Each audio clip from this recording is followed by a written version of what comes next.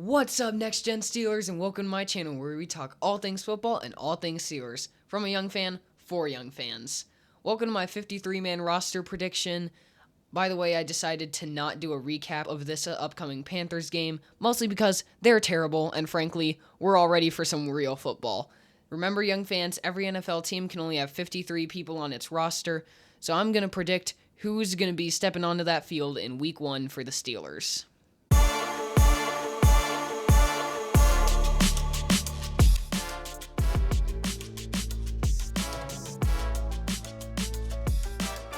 Let's start with everyone's favorite position, the quarterbacks. It shouldn't really surprise anyone that the four-time NFL MVP, Aaron Rodgers, is going to be the starter. I even got to see him at training camp, and he was showing that he definitely still has it. He can be trusted to make plays. Mason Rudolph had a good camp and a good preseason, so he'll be a pretty good backup in case 41-year-old Rodgers goes down.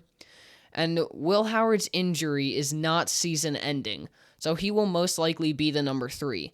But Skylar Thompson's had a pretty good preseason, so he'll either end up on our practice squad or get scooped up by another team that really needs a number 3 quarterback. Okay, tight ends. When you combine all the talents in that room, we're definitely at the top of the league. Pat Freiermuth is ready to prove himself once again this year.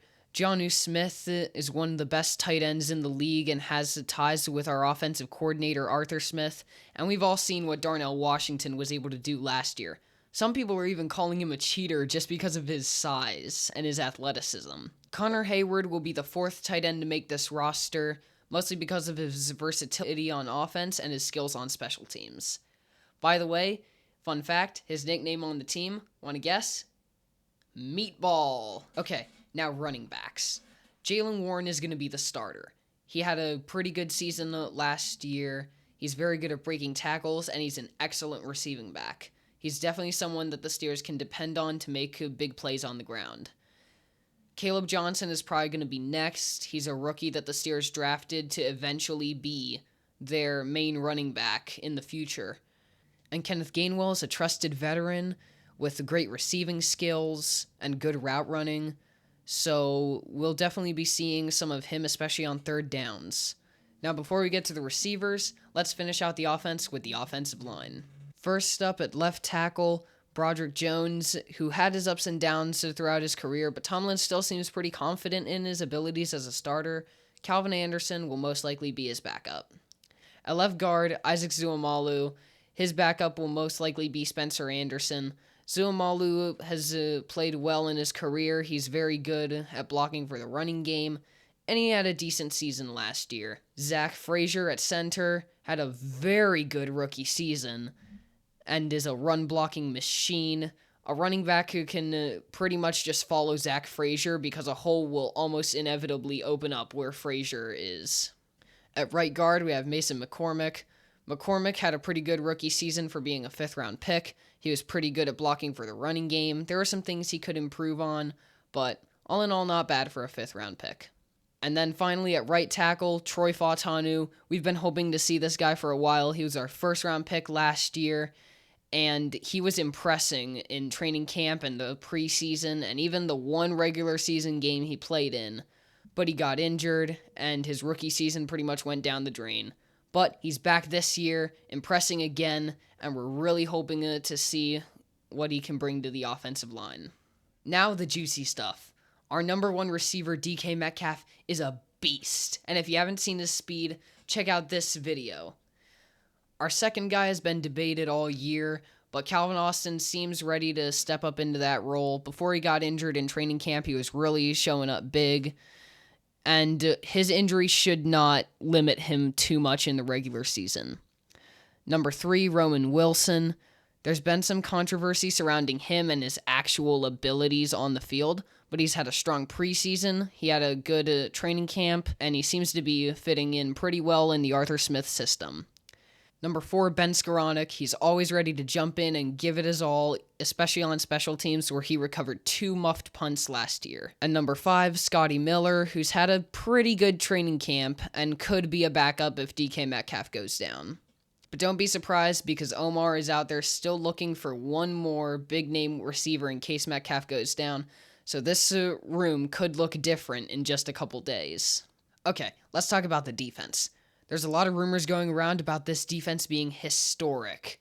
We have a lot of big names on this defense. Let's start with the defensive backs. No one can replace Minka, but Juan Thornhill is definitely going to try. If you guys have seen any of his hits in the preseason or the way he covered the field, he's going to be solid this year. Number 2, Deshaun Elliott, our strong safety. Last year, he was a tackling machine. He missed just 2 tackles all of last season. Miles Killebrew is our special teams ace. He doesn't have too much experience playing free safety, but he can if he has to. Chuck Clark is a new acquisition from the Ravens. He's a pretty good tackler and very physical. Next up, the corners, where we had some pretty awesome acquisitions there this offseason. Number 1, Jalen Ramsey. Definitely a top 5 corner in the league right now. He's going to be awesome. Joey Porter Jr., he's been going up against the number 1 in most of the games he's played in, so he brings a great experience, and he's definitely still going to get his chances against the ones. Darius Slay, another really great acquisition this offseason, known for making big plays, including interceptions, pass breakups. He led the league in pass breakups last year with 13. But if any of these coverage people go down, Steelers Nation can trust that Beanie Bishop and Brandon Echols will be able to fill in. Okay, now the linebackers. Patrick Queen played pretty well last season, but if you ask him, he'd definitely say there are things he can improve on, and it'll be really cool to see him try. Peyton Wilson had a good rookie season last year. He made some mistakes, but he also made some big plays, including an interception and a fumble return for a touchdown. So he'll have a big season this year for sure. Cole Holcomb worked his way back from an injury, and he's definitely going to see the field a lot because he's very good in coverage and a reliable tackler. Malik Harrison came over to us from the Ravens. He played pretty well against the run, so he'll most likely see the field on short yardage downs like 2nd and 1. There's been a lot of debate over whether the Steelers should sign Mark Robinson or Carson Bruner. I personally think it's going to be Bruner just because he's slightly better in coverage and has the same special teams capabilities. The D-line got a lot of attention this offseason and in the draft. First up, we have Derek Harmon, our first-round pick. He showed up pretty big in our second preseason game against the Buccaneers. Can't wait to see what he'll bring against the running game. Cam Heyward, the heart of the defense. He's going to have a great year again. Last year he had 8 sacks. Cam is going to keep trying to fight off old age. Last year, he definitely did. Then Keanu Benton at nose tackle. He played pretty well last year, including recording his first career interception. It'll be fun to see how he improves in his 3rd year. And if any of these guys go down, Y.A. Black has the versatility to cover for them. He's had a great camp. He's got big arms to bat down passes. He's been doing that all camp long. And he's great at bringing pressure and basically a brick wall when it comes to the running game. The backups for these guys is most likely going to be Daniel Equali and Isaiah Loudermilk. And finally, you can't be a Steelers fan without loving the edge rushers. TJ Watt is going to keep doing his thing like he's done it every year since he was drafted. He just got a big contract, so I expect big things from him this year, as does the rest of Steelers Nation. If Alex can take care of his groin, he's going to have another impressive season like he did 2 years ago. Then Nick Herbig. He's been impressing in his first 2 years in the NFL, recording 3 and then 5 sacks in his first 2 years. He's great at generating turnovers and really fast and great at getting around people. And then Jack Sawyer, this year's 4th-round pick. He's a rugged and he's tough. He'll be TJ's backup in case TJ needs a rest or in case, heaven forbid, he goes down. Last but certainly not least, our specialists. The wonderful Wizard of Oz will give the Steelers an edge when it comes down to the wire in a close game. We have a punter who worked his way back from a gruesome injury in Cam Johnston, and he has just been booting it. And he's been able to place the ball exactly where he wants. Lastly, everyone's favorite long snapper, Christian Kuntz. He's hilarious and he's really good at what he does. He got hurt in the last preseason game against the Buccaneers, but the coaches are saying it shouldn't take long to get him back out on the field.